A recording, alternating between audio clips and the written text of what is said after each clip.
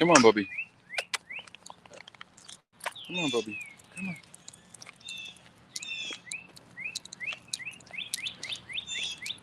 Yo, yo, yo.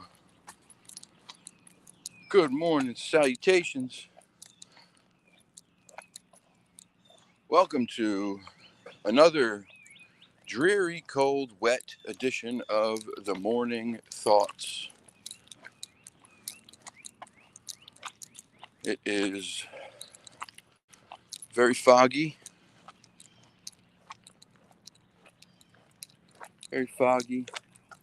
very, very overcast, a little wet. Come on, baby. Go this way. All right. Hello, cowbunga. Cow, cowabunga, Michelangelo. What's up? What's going on? Hello, Lady Wolf. Why does it do that, I wonder? It doesn't show the emoji, but it types out what the emoji is. Help, it says hand, pink, waving. Does that all the time. Come on, we got to go around it. There you go. Good morning, Carson. How are you? So, I don't know if you guys tuned in yesterday and saw the mess of the hair I had. I told you this guy is a magician. I mean, look at this haircut. Look at this haircut. He's a magician, man. If I can figure out how to use the phone. He's a magician, man. Best barber I've ever had. Guy is amazing. Danny Garcia, Danny the Barber from I Got You Next Barbershop. Big shout outs to Danny. Danny owns the shop. Also, Danny and his crew are amazing, amazing people. They are constantly doing charity stuff around the area for kids. Kids who come from tough situations. They do this school drive every year where they donate backpacks, notebooks, pens, pencils, markers, rulers, calculators, anything you can think of that a kid may need for school. They donate it. And at the same time, they do free haircuts multiple times a year. Just bring your kids down to the park. They got music, they got games, they got all kinds of stuff. And then free haircuts for the kids, man. It's good, just a good deal. They're great people. These are the things we need more of in our communities. And so kudos, big shout out to those guys over at I Got You Next Barbershop. One of the reasons I go there is because of the way that they give back to the community. Just great folks. Not to mention, guy's a magician with the clippers and the scissors. It's insane. I feel like a different person when I leave there. So anyway, high and tight. That's right. That's how I like it. It's nice. It's clean. It's easy. It's militant. It's tactical. It says, I'm a serious mofo, but I'm approachable. Right? Isn't that what it says? I'm a serious son of a bitch, but I'm approachable. Anyway. That's right. Support it. Absolutely. Yeah, they're great, man. They're great folks, and so let me tell you. I'll just say this too, and then I'll stop talking about the barber stuff. But these guys and gals. It's quite a crew. I want to say there's 6, 7, 8, 9. Gosh, there's at least 10 of them, but I think more like 12 to 15 because some people work part-time there. They do everything from men's haircuts, children's haircuts, women's haircuts and hairstyles. Um, they do extensions, weaves, braids, God, everything. And they every year, for the last, I forget how many years, they've been chosen as the #1 barbershop in the region, multiple times. They compete in these giant barbershop wars at national conventions, and they always have a few of their stylists placing in these competitions. These are very, very talented people. I mean, it's incredible what they can do. The girls over there, Fatum Ray, that's what they call Ray, Fatum Ray. She gives fades as good as any man I've ever seen. Actually, better than a lot. And then the hairstyles it's just amazing. So yeah, I think they deserve their flowers. But anyway, does anyone else wonder what everyone else looks like? Oh, you mean in the chat? Well, I know what you look like. You wear a robe, you wear slippers, sunglasses, and a silly scarf all day, every day, and you're bald. So, riddle solved. Riddle solved. If they ever suspect fresh of a crime, all you have to do is look for the guy wearing his dressing gown and slippers the whole day. And you got him. You got him. Got him. What's up, Salty? So, anyway, thanks to Alex Petikoff, I've been back on this lake monster kick, man, this sea monster kick. I'd kind of given it up for quite a while. I think a lot of it, I just kind of got bored with it. But obviously, as a child, one of the first things that drew me to this subject matter was the Loch Ness Monster and Champ. And, you know, the mystery surrounding that. And man, what a cool thing it would be if there's a dinosaur living in one of these lakes or lochs or channels or even the ocean. But then you find out that so many of those pictures are hoaxed and things kind of go cold. You know, there's not as much talk about it. And I just kind of stopped diving into it. Well, since we talked, me and Alex, and he talked to me about that Bodette film and just about how impressive it really is and how much of it has never been shown and how the scientists who've seen it say that it's something that they are not aware is supposed to exist in that lake. It got me really excited again. And I was looking, oh, thank you, Kay.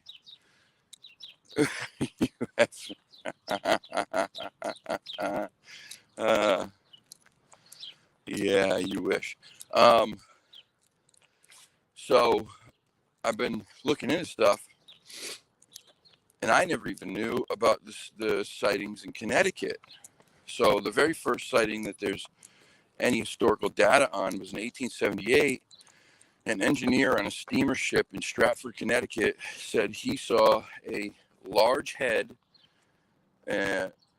come out of the water with a long neck that stuck several feet out of the water, and could see the wake that the body was causing as it swam past him in the boat in the Connecticut River. In 1881, the yacht Miss Bliss, I believe it was called, or Bliss something, they saw, and this is what they described, they had a head the size of a flour barrel, eyes the size of small dinner plates, and it, come on, where are you going? What are you doing? Come on. And it, its head stuck 6 to 8 feet out of the water, its neck did. And it had a serpent-like body, and it left a large wake as it swam by. Then again, in 1884, there was another sighting on the Connecticut River. Multiple people on the shores of the river. I believe there was some kind of event going on, and while they were there, they saw what they all described as something with the head like a horse, a long, thin neck, and a serpent-like body that was around between 30 and 50 feet long, is what they described, swimming down the river. Then it seems like reports went quiet for quite a while.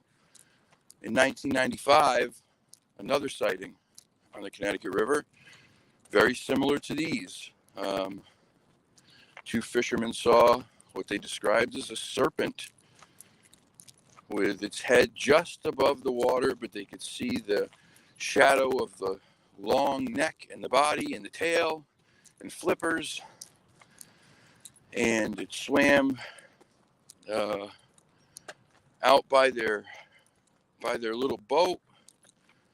It was, I think they said, about 60 to 80 yards away, and then it swam closer. As it kept swimming, it got closer, and then it dove under the water and never to be seen again. Then in 2008,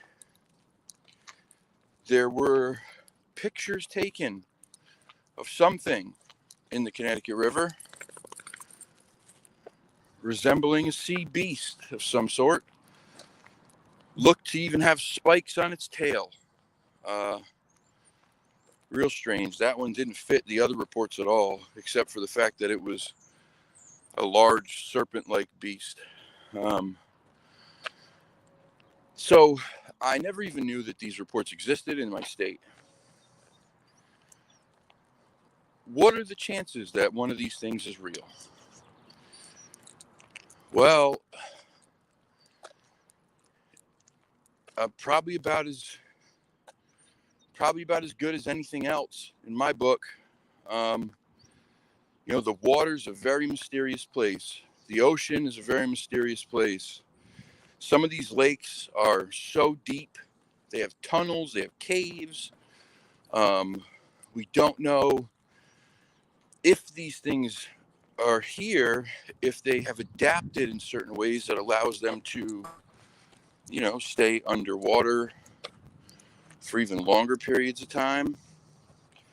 Are there any kind of areas in these caves where they can pop their heads up and get oxygen if they need it? I don't know.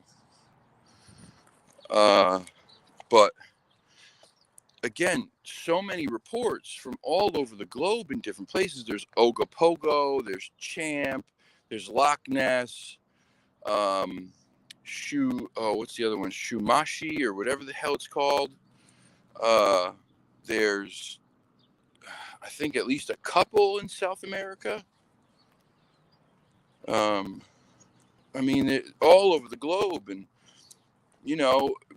a lot of these people, so one in Connecticut that really made people believe that this was a real thing was this farmer who lived on the Connecticut River for 50 years of the 70 that he had been alive at this point. And by all accounts, this man was a very, very plain, no nonsense, no frills, doesn't drink, very honorable, honest man, upstanding member of society. Nothing about him is outrageous or outlandish or over the top. And his statement was, nobody can convince me that I didn't see a giant snake or serpent in that water a week ago. That was a long time ago. That was back in the early 1900s. But, still, when you have all these reports, it just kind of goes back to the Occam's razor thing, right? At some point, what's more believable? Ojibwe believe in the water panther Mishapishu. Did I pronounce that right?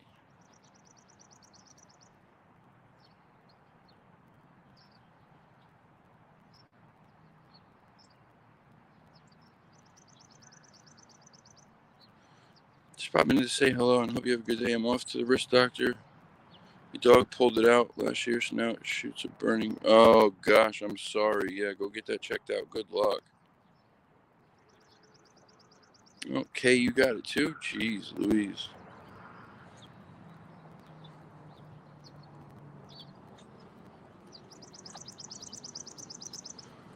And he said, I need about $350.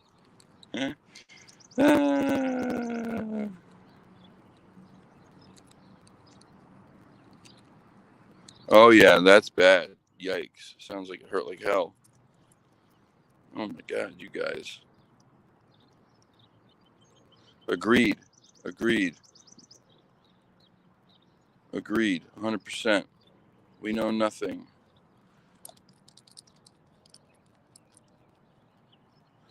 All right, good luck, Meredith. What's up, Trish? How you doing? Thoughts of the plesiosaur? Well, obviously the plesiosaur was a real dinosaur. They have bones and skeletons and all that stuff. Whether it exists today or not, I'm not sure. I think if it does, it would have had to have adapted in certain ways, right, to remain more hidden. Otherwise, you'd have, I think, even more widespread reports. Like I was saying, I don't know if somehow they've adapted over time to have a larger lung capacity, or because I think the plesiosaur needed air, did it not? Right? Did it not have to surface for air at times? Or am I thinking of something else? I don't know, because I don't know a whole lot about dinosaurs. Well, every other kid was into dinosaurs. I was into Bigfoot, ghosts, vampires, werewolves, and lake monsters. So I didn't really study dinosaurs that much, but I believe it had to come up for air. Could be wrong. If it did, then I feel like you'd have many more reports of these things. Unless somehow, like I said, they may be getting some, down in these tunnels and caves, they may have an area where there's an air pocket. They can stay hidden, get their air down there and do their thing. I don't know. But there's tons of reports of something that resembles a plesiosaur from all over the world. All over. There's this gentleman who I believe it's like Argentina. There's like this crazy story about their lake monster thing. And there's a guy who went to go look into this because there are still reports of it on a fairly normal, regular basis. I think there was even some kind of photographs, maybe something to back this up. Enough that this gentleman, who was like, multiple degrees and all that stuff, decided he was going to go on an adventure to speak with people who, get out of here. There's glass over here, man. We can't get glass all in your feet. Come on, get out of here. To speak with people down there and to try to find this thing. There's even a book he wrote about it. I'll have to get the name again from Alex, but when he told me the story about this, wow, was I compelled. I'll have to get the book name and the whole story, because his mind's a steel trap. He hears something like that and he never forgets it. I hear it and I forget 90% of it in 6 seconds. But I remember when he's telling the story in the car, and I was just going, holy shit, man, this sounds amazing. And he said the same thing. He's like, it's just so incredibly intriguing. All the stuff and the story is amazing.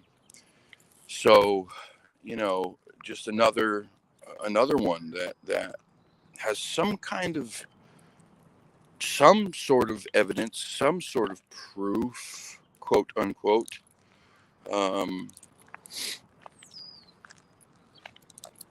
I think the water, much like the woods, offers places for things to hide very well. We don't go in the water, under the water, that often. Certainly not in a lot of the deeper places, a lot of the tougher places to get to, because we don't have the equipment to do so. Even these little vessels that they take down in deep, dark areas, right? They're only fit to be down there for like 30 minutes at a time, an hour at a time. And, you know, only has like but 2 or 3 lights on it that in those depths don't really do a whole lot to light up much of an area. So there could be something swimming by 20 feet away and they wouldn't see it. You know, I don't believe Megalodon is alive. I don't believe that, as much as I would love to, because I'm a shark guy. I love great white sharks. But I don't believe Megalodon is alive. I think if Megalodon was alive, you would have much more physical evidence of that thing.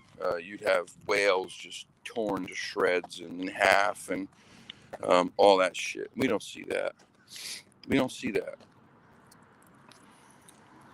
That thing was a killing machine, unlike anything else.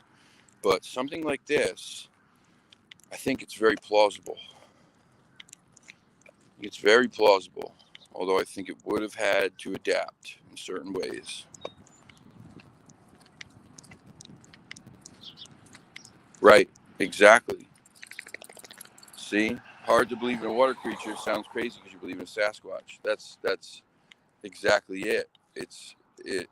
This field is tough like that because a giant, hairy, bipedal hominid that lives in the forests almost completely unseen, right? That may even have supernatural powers, but not a water creature. Just saying. Just saying.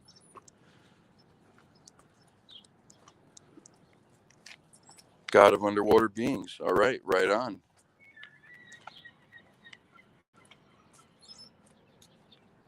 Oh, you're an idiot. Machu Picchu. What a dick.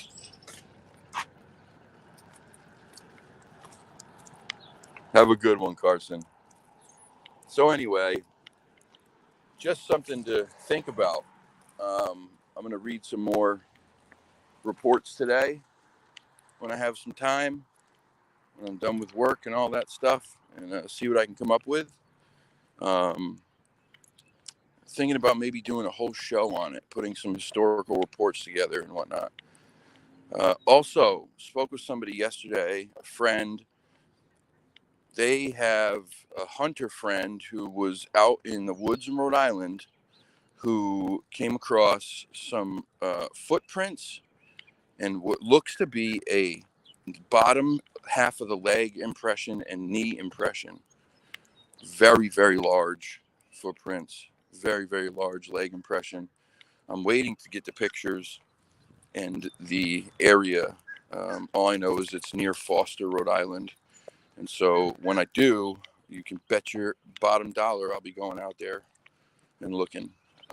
So that's pretty interesting. Also, there were tree structures and stuff around that area too. So fingers crossed.